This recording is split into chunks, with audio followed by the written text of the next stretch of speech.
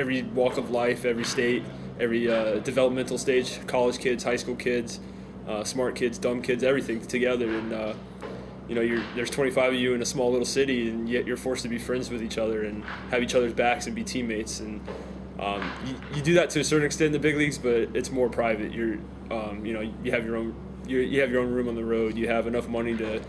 You don't need roommates in the city you live in. The cities are bigger, so you don't have to hang out with each other and hang out. You can go, you can go find and do your own thing. That's probably the biggest difference between the minor leagues and the big leagues off the field. Obviously, another part of minor league baseball is the travel and long bus rides, long plane rides, crappy bus rides, crappy plane rides, stiff necks, all kinds of stuff you get in the road, and that's just part of the game. It's part of the deal. You have to put your dues in. Some people have to put in longer dues than others. But everybody's done it. There's very few guys that go straight from draft to the big leagues, and it's kind of like a rite of passage that baseball players have to go through. Other sports, you don't have to do that. You get drafted first round, you go straight to the big sport, you go straight to this, the limelight. Minor leagues isn't like baseball's not like that. You have to put in your dues. Everybody's treated the same as soon as they sign. You're treated like a rookie, you're treated like a young guy. Everybody started at the lowest rung in the ladder, and that's a good way to weed out guys that don't belong in the big leagues. It's a good way to weed out guys that maybe baseball is not their number one priority. Another thing with minor league baseball is just the memories of, it's kind of like an extended college experience. 20, 25 guys in the same little town, sometimes really small towns, you can get in some kind of trouble. Trouble always seems to find you. And, me personally, I had a really good group of guys that we all kind of had each other's backs, and it was fun. We went to small towns. I remember when I first signed them, I started in the Midwest League, and there's some pretty small towns there. Our hometown was pretty good. It was Davenport, Iowa. They had a casino at least downtown, and restaurants were open until at least 10, which, you laugh, but, that's a big difference for a ball player. I judged my cities in the minor leagues based on what was open after the game and where I could grab a good bite to eat or, have some downtime instead of, a steak and shake or a Waffle House. Yeah, there's nothing better than IHOP in the minor leagues. Or maybe a Cracker Barrel if it's open, like on a 12-hour bus ride maybe. Some memories I have in minor league baseball. When I was in AA, I was in the Texas League, and we were based out of Springfield, Missouri, and we had a bus everywhere. And Texas is in our league. We had 4 teams in Texas, and San Antonio, Corpus Christi, Midland, and Frisco, which is right by Dallas. So, that's a long bus trip. It was a 16, 17-hour ride, and we did get a sleeper bus, but we didn't have enough spots for everybody. It's not just the players that travel, the trainers travel, the coaches travel, maybe some media guys travel. So there's about, you have 24 guys on a team, there's probably 6 or 7 other guys that travel. So that's, 30, 31 guys trying to fit into a sleeper bus that could hold 20 comfortably. So I remember it must have been like 4 in the morning. We stopped at like a 24/7, maybe like a Love's, like a 24/7, truck stop. And I remember everybody going in, getting as much crap as they could to eat, like chips, all kinds of just crap. Nothing's open. And I had the top bunks that had a little bit more time than other people. But if you've ever been on a sleeper bus, there's a bed on top, one in the middle, and one on the bottom. It's like 3 bunks in a row. And I was on the top, and I had about 2 inches to try to eat my meal while the bus is traveling. And that's definitely an experience that you only get in minor league baseball. Trying to eat, 30 guys trying to eat snacks and stuff at 4 in the morning, and rolling into a city and having to play that day. There's nothing like it. The food, compared to big leagues, the food is it's dog food compared to the big leagues, and you're trying to perform for a full season. Sometimes you're getting peanut butter and jelly before a meal. Before a game, and you're asked to go, eat peanut butter and jelly and then go play a 9-inning game, and then have nothing to eat afterwards either. So it's definitely, you have to definitely look out for yourself in the minor leagues that way. Me personally, I always tried to, if I knew a city didn't have food or had bad food, I would try to bring a sub with me. I eat at Subway at lunch and bring an extra sub for dinner. You just have to do that. It's part of the game, and some places are better than others, but I'd say for the most part, on the road in minor leagues, yeah, you're eating peanut butter and jelly, chips, maybe some bananas, trying to perform at a high level and trying to advance your career.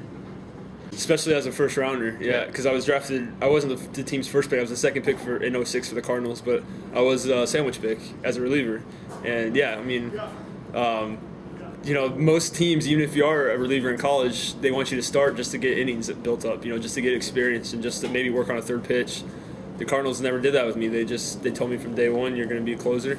We like what you did in college. We want you to get here as fast as you can, and you're closing. You're going down to A-ball. You're going to close there. You're going to close in AA. You're going to close in AAA. You're going to close everywhere. If you're healthy, you get the job done. And as a player, that's all you want to hear. It's just you're going to keep doing what you do good. The worst thing you want to do is come into a new organization or get drafted by somebody, and then they totally want to switch up what you do well. Because they know down the road it's going to make them better. But at that time, you don't know that. So I was fortunate enough to be able to just come in and keep doing what I did, and they really didn't tinker with me that much. Maybe a little, some mechanical stuff here and there, or some mental stuff here and there, but nothing major. I was just given the ball and told go get them, and that's great. And I was always the youngest guy on the team wherever I went. I signed straight to low A. Most guys have to go to short season. My first spring training, I made it to AA as a closer. I was the youngest guy on that team.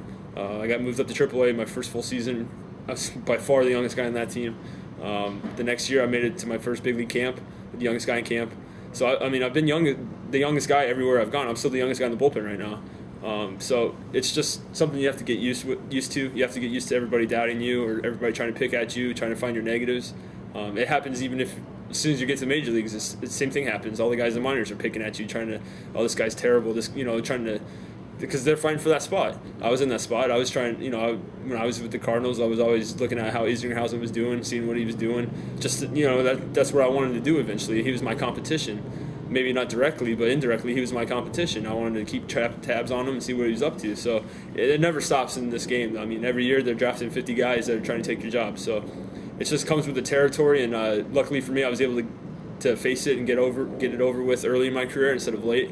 But it's very rare to just be drafted as a bullpen guy. Most guys get forced to go to the bullpen because they used to be a starter and they can't cut it, or they don't have the velocity as a starter, whatever. They're forced to go to the bullpen. It wasn't like that for me. I was in the bullpen and I got to stay in the bullpen. My first time in AA, first game, I remember I was supposed to start the year in high A. That's everybody said it's your first year, just go to high A, put up some good numbers, get moved to AA. I was like, screw that. Why do I want to start in high A when I can start in AA possibly? So I went out in spring training and I did my thing. I put up good numbers and I made the team. I was the youngest guy on the team. There's actually a question whether I should be on the team or not. And my first save opportunity was the first game of the year. We were up by 2 in the ninth at Midland. It was cold, probably the coldest game I've played in as a professional. And I gave up a 3-run homer. I gave up a 2-run homer that allowed the tying run. They tied the game. I blew the game. My first ever appearance in AA, blew the game. We had a couple older guys, and it was my first time. I was excited to be in AA. Everybody hears about how hard AA is. That's the measuring stick, whatever. And here I am. I got a 27 ERA, and I blew a game, my first game, and. I learned from that. If that happens this year in the big leagues, I've been there. I've blown the first game of the year. I've done that. I know I can come back from it. I blew that first game. I didn't blow another one for 34 games. So I know I've done that. I know I can do it. So every time I've blown a game in AA, AAA, single A, I take something from that, and I think it's helped me get here because now I blow a game, I can just let it roll off my back. I've done that. I've been there. I've come back from that. I've come back from worse. I know that, and that's huge. As a young guy, if you've been a starter your whole life, and maybe the major reliever in the minors in AAA or the big leagues, you haven't gone through that. You haven't blown a game and have to face the starter who's pitched 7 innings or the guy that hit the home run in the 8th inning and put you ahead. You haven't gone through that. So I think I see it as an advantage of me having been able to go through some of those learning pains through the minors. Maybe not so much on a grand scale as the big leagues, because you have a game-winning home run in the big leagues, you're watching it for every time the TV's on, it's on. The next day at the ballpark, everybody's talking about it, so you can't escape it in the big leagues. The minor leagues, you can escape it a little bit easier.